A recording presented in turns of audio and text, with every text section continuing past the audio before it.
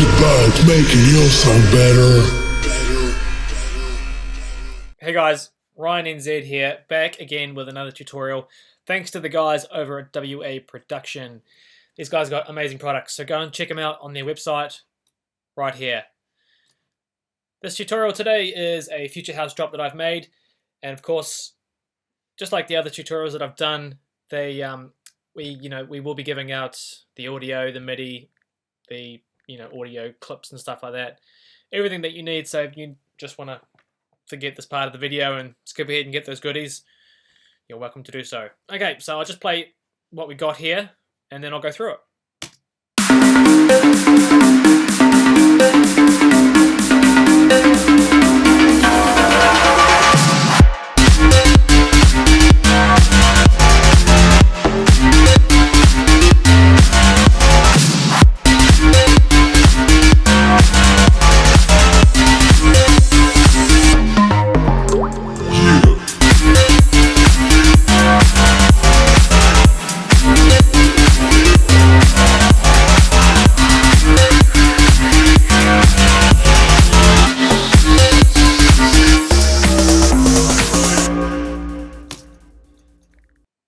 Okay, so straight into it.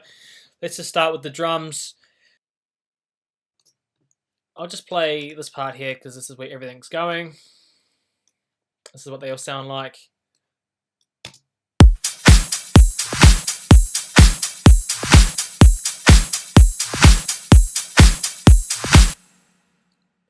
It's got to have that housey feel in a way, so that maybe with some of the other electro tracks and stuff like that, you don't have to get so busy with hi-hats and try and find a bit of groove and a bit of swing. But definitely with this style, because with the lead actually has some swing with the quantization, that it is important that you also try and match that with your percussion and your hi-hats. So I'll go through here what I've got. Top one here is the kick. Now you can see here that the audio was quite long. It certainly goes over halfway, so it takes up quite a lot of the beat. So what I've done is, the first thing I did was I came in here using the volume shaper. I just have a preset that I've made, but basically it's just a kick shortener, and you can see I've cut out a lot here. So you probably can't hear this unless you've got really good headphones or subs, but if I take that away,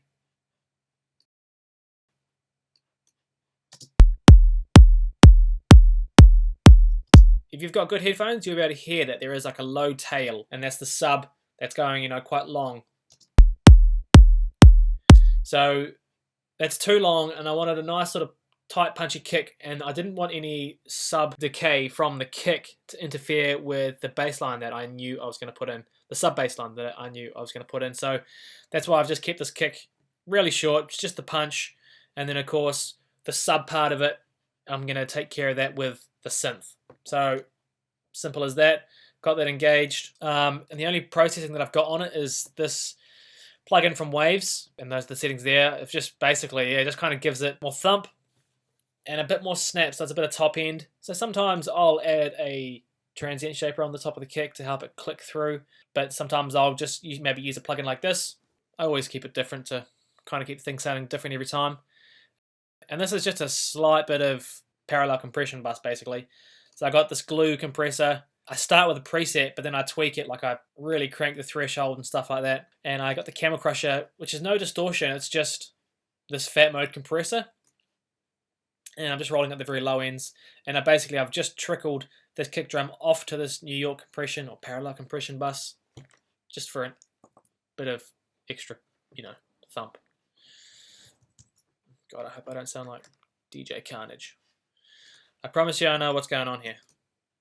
Alright, now with the clap, it's just a case of going through, finding the right sounding sample, and then placing it. You don't just try and use one sample and then EQ, compress, distort, do all these crazy things to try and get it to sit with the kick. Just find the sample that sounds pretty much perfect without any processing. And that's just what I've hopefully done here. I'll just play what it sounds like by itself.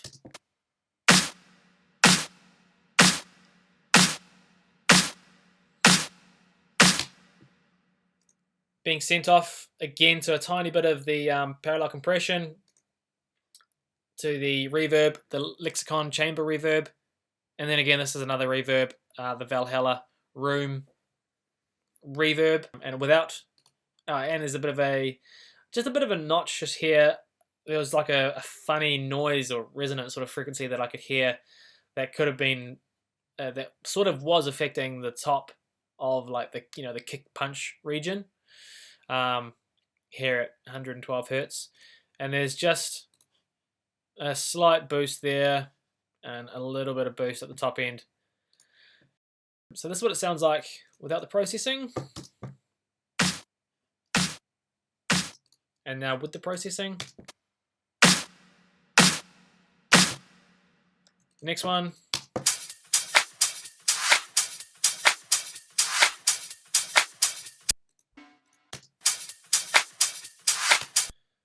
Just a loop, basically with some hats and a clap in it.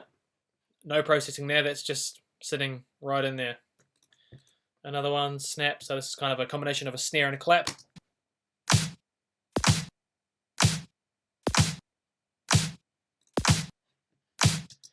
Again, no processing at all. So I put those and the kick together, this is what we have now. And without the hat, these hat top loop here. And then I got a little reverse hat here. If I just show you what I've done here, I believe all I did was I found, there you go, it was a, I looked through, plenty of different loops, and then I'll bring them into the sequencer and I'll see little bits, or I'll hear little bits, and what I'll do is I'll pick a certain sound out and then I'll often just reverse it. So, and then I'll use that in a drum loop. So, I try and stay away from using whole loops. Just choose one or two parts, put them in, reverse them, whatever, stretch them, push them down, push them up. And of course now in the new version of Logic, it's now got this great thing where you can click on the region, and of course you come up to this top part and you can just click reverse now. I think it's called, non-destructive. So it doesn't have to, it doesn't affect the master file that's on your hard drive somewhere. It just reverses this one clip. So thank you to Logic for finally doing that. So that's just a reverse hat. Again, no processing, just straight on there. And again, this is the ride that sits on the top. That comes in halfway through the drop. This is just a sample that I've been, using. It's one of my go-to ride loop samples, and there's no processing, just a tiny little bit of sent off to a bit of the Lexicon reverb. That's it. So this is the drum loop.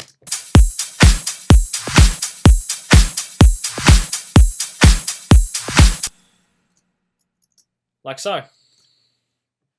Okay. Now then, let's do the synths. There are three main synths here. Which loop's the best one for me to use?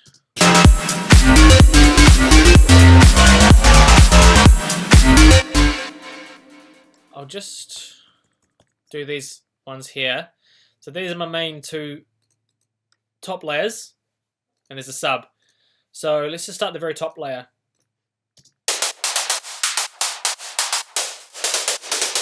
So it's just some white noise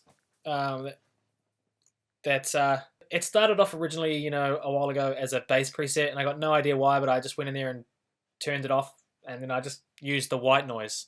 So it's the white noise one, and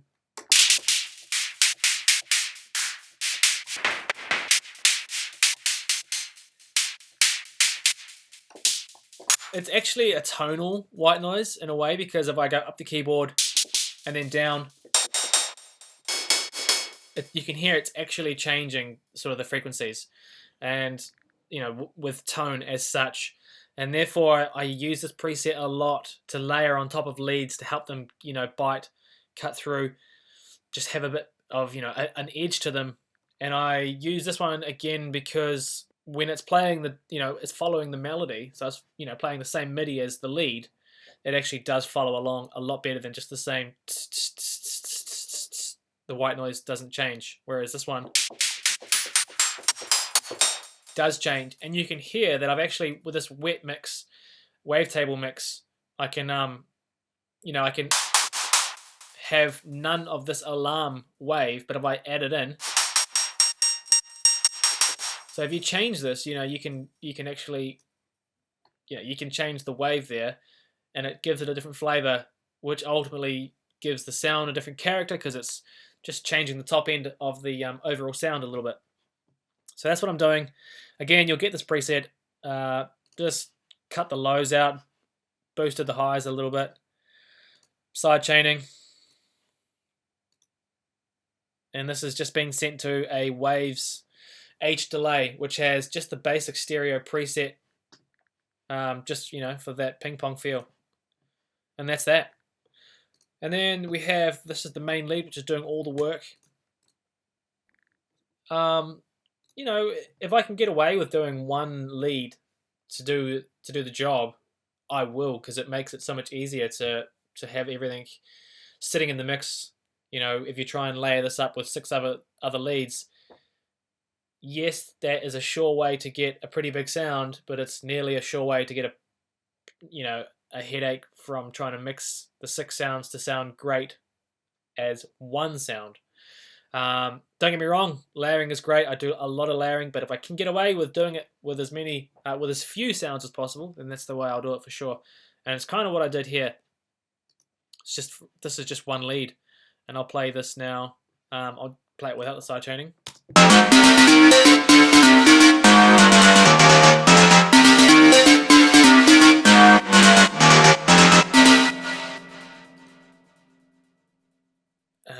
Okay.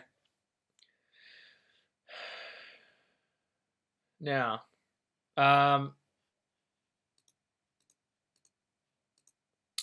here is my setup. These have actually all got the some sort of envelope onto them, because you can see how the volume's down, but they're actually obviously, there's sound coming out of it.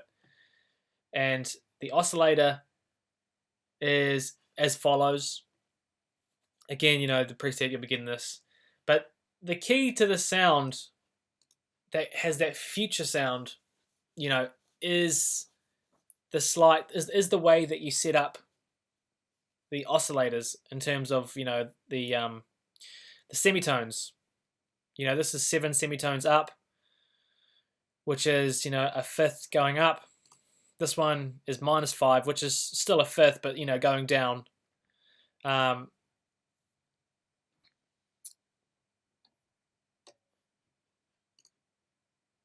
I don't think, yes, I think it's just these two. It is. It's just oscillator 2 and 3. And again, the secret to that sound is having it set up right with the semitones. And you can choose there's lots of different wave shapes in there that you can choose. And the FM is really good, that you can start to play with these Control A, Control B, and the wavetable mix. And that will produce some pretty gnarly stuff. Like, that's where you can really make some cool, air quote, cool future sounds. So this is a really good one. No effects there. Bit of reverb. It's being put through this wave shaper here, and it's very important that you cut the low out as well, so it doesn't sound, if you try and have all this drive in this wave shaper and you're not cutting the lows, it gets pretty messy pretty quickly. So subtlety is the key when you're doing that sort of distortion-y aspect. And it's being sent off to the filter here, so if I play this,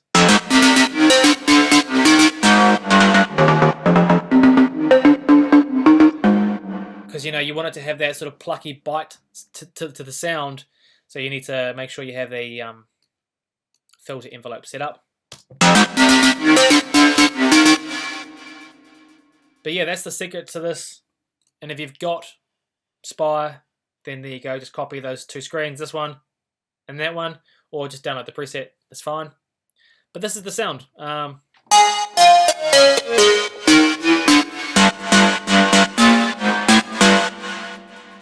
And just in case you don't want to check the MIDI out and download it, this is what the MIDI looks like. You know, from, you know, just thinking about it, I suppose a lot of these future house songs, you know, you're playing, because it's a pluck sound and it's not a sound where you can really hold down the key on the keyboard and it will keep sustaining. You know, it's quite a plucky sound. Therefore, you know, to really get a bit of a, you know, a bit of a wriggle on with the beat, you will play quite fast melodies. So that's why, you know, it's set out to be quite rapid playing notes. So that's the lead. So this is obviously without the top layer.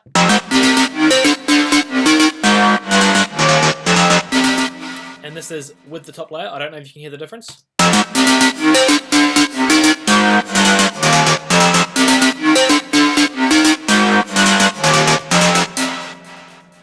And the processing behind this lead, the main lead, is a simple low cut at 220 Hertz to get it out of the way at the bass line, which I'll show you in a minute. This is just, this single band EQ is just for automation, like a filter.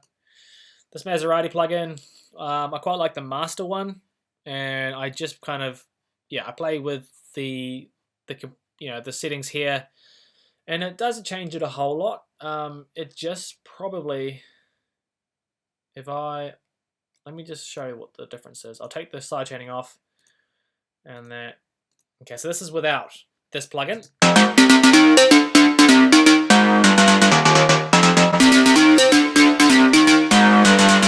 It just makes it a bit more aggressive, a bit, you know, a bit more, you know, it does actually squash it a bit, but therefore it kind of just sits right on top of the mix, which is what I'm looking for.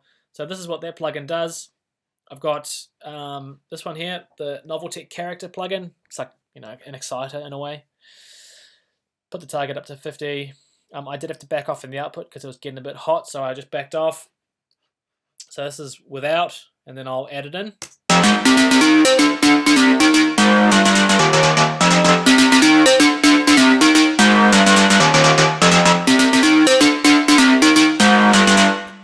Just for a bit more sparkle, as you can hopefully hear.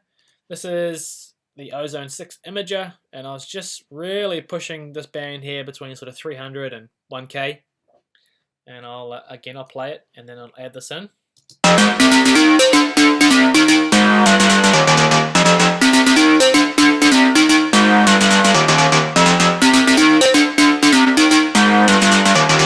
Just for a bit more width in like the, you know, the body area of the sound. We got here my trusty Lexicon reverb.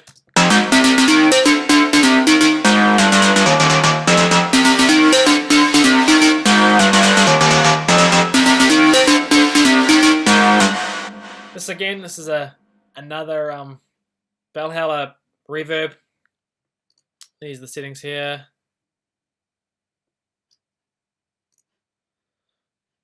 And then we have, and it's actually sidechaining to the kick. And then there's a sample delay on the reverb to make sure that the reverb is really wide. And then there's also that delay I was talking about.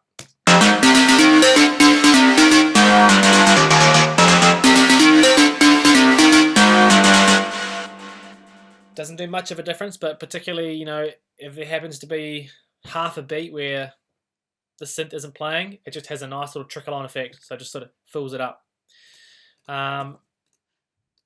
So that's that sound, and now we have the sub bass. And again, these guys here are all playing the same MIDI. This is just a initialized patch in Anna, and all I've done is I've gone to this one here, the tri-sub, one of my favorites for doing this type of work, the sub bass lines. It's just the tri-sub, and all I've done is I've gone down one octave. I didn't do anything else. That's all I've done. If we solo this and I'll take the side chaining off again. I'll take those guys off. So this is what it sounds like.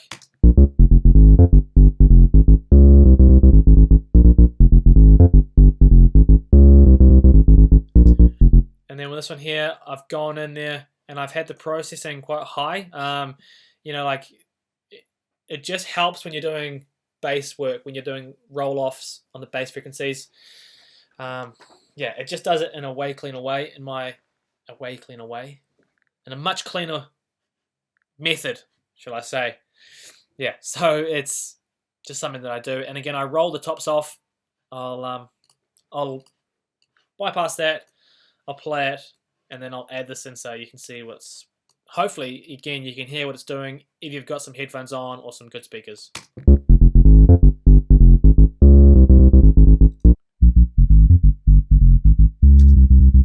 So yeah, I'm rolling off the top end and making it fit a whole lot better with the sound on top.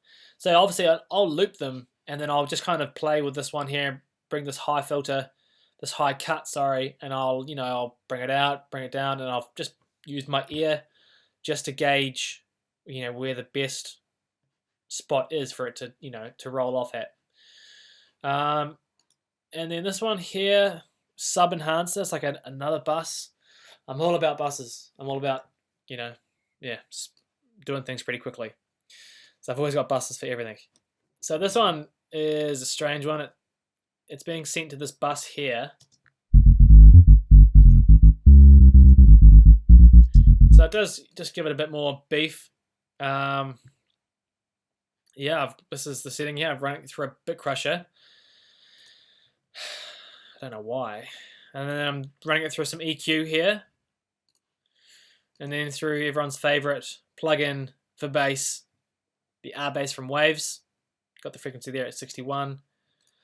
And then I've got this guy here just slamming in there, making sure it's only really, the processing is just being applied to a very small end of the low frequency spectrum. Add that back. Add them all together. Add them all together.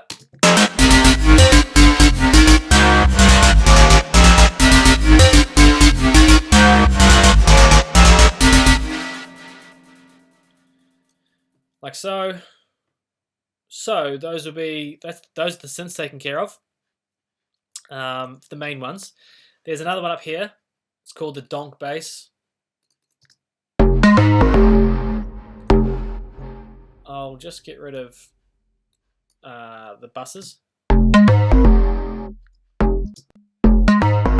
can see here, it's something that I've found, and again, I've gone through and I've taken away 3 of the oscillators, and I've just left the last one, oscillator 4. So this is the one that I'm using. Yeah, it's just in the classic mode. Synth 2 was the wavetable. That's what it looks like.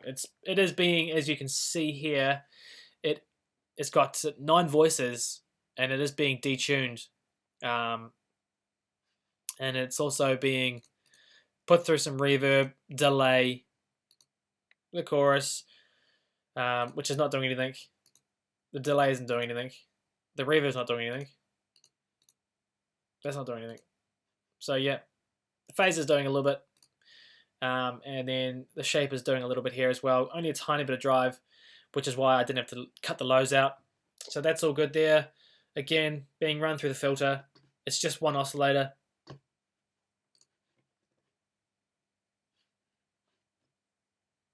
I have then, again, run it to my favorite reverb. Another reverb. And a tiny bit of parallel compression again.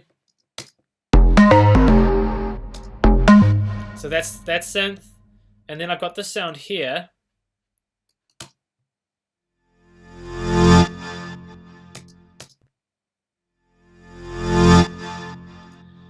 Which I've done. Let's see if this works.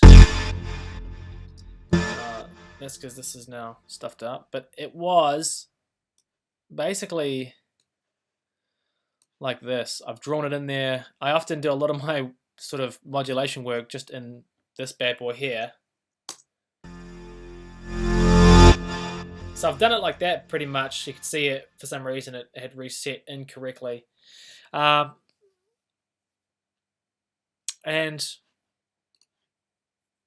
let's have a look. So it's a preset.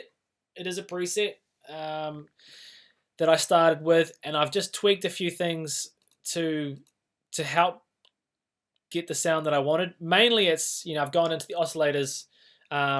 It looks like I just wanted to, I just wanted to tweak this one a little bit, and I changed it around here to get this this last oscillator 3, doing a slightly different sound. And I just changed a few things up here with the phaser and the reverb as well, before I added my own reverb on. But that's oscillator 1 there, 2, 3, if anyone's screenshotting.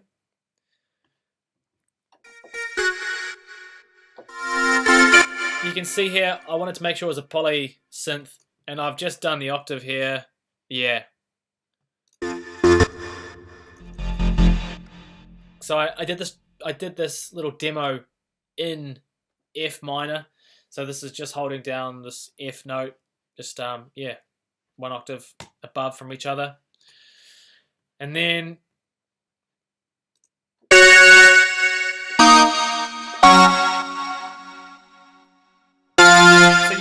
you can hear that it just is a normal sustaining synth, but I wanted it to have that swell up effect. And there's different ways I could have done it, but all I did was I just drew it in here. With this, I changed it to 1 bar. Make sure you don't have it on, like a quarter note. Otherwise, it'll keep doing it on a kick. So it'll do it on a beat, each beat. So I changed it to 1 bar, and then I just sort of drew the shape in that I wanted. And then I ended up just bouncing it to audio, and you can see here that I've just fine-tuned it. Get rid of that. I've just fine-tuned it with a bit of crossfade. And that's it. I've actually used that in a couple places as well in the drop. Very handy. So that's all the synths. And then, those are the main things. Down here, we've got, what have I got? A little vocal sample. Yeah. I've stretched that out. It was quite short. And then I've just stretched it out. Yeah. Added a sample delay to make it really wide, and again, that's just reverb. Yeah. Yeah. And I've actually got that just going as well, along with the second half of the drop, just to add another element in. Cut some lows out again, just so it stays out of the way of all the low end. Sample delay, still to keep it really wide, and I'm actually sidechaining this one again, so just so it pumps with the kick. Same reverb settings as well. This is just a bit of air candy. This is just a water drop. But you can see I've sent it to I've put a stereo delay on it. Just, just to be different, really. Reverse crash. We've all heard those before. Sweep up.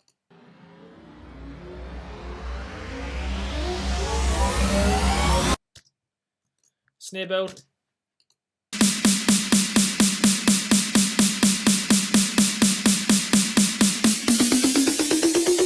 Using a sound shifter here, and I'm just modulating the ratio, which is just the pitch. Big snare. Everyone's got one of those in their back pocket. This is just a riser.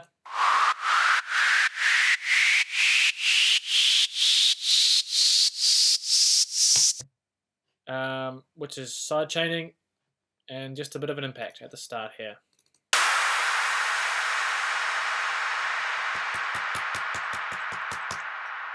And that's that.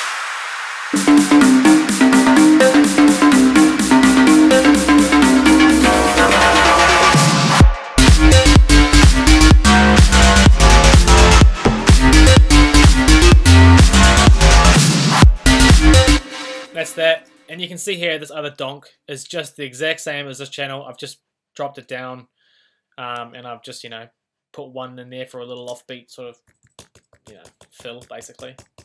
So that's it. Really simple. Not many sounds used. Just use the right ones. Treat them with a bit of, you know, care when you're looking for the samples. Choose the right samples. And yeah, you know, the real magic is making sure you got the right sound. So with your lead, obviously. So this guy here is obviously, it's the star. This is the main lead. This is what the whole drop's about, really. That combined with the way you program your melody, those two things, if you get those two things done as, you know, really well, then you're going to have a great drop, and then you'll have a great track. Because, you know, if you're going for a future house track, you got to have that right sound. You got to have that right style of melody. I'm not saying just keep going out there and copying everyone else that's doing it, but those are the things that you need ultimately for it to fall in that genre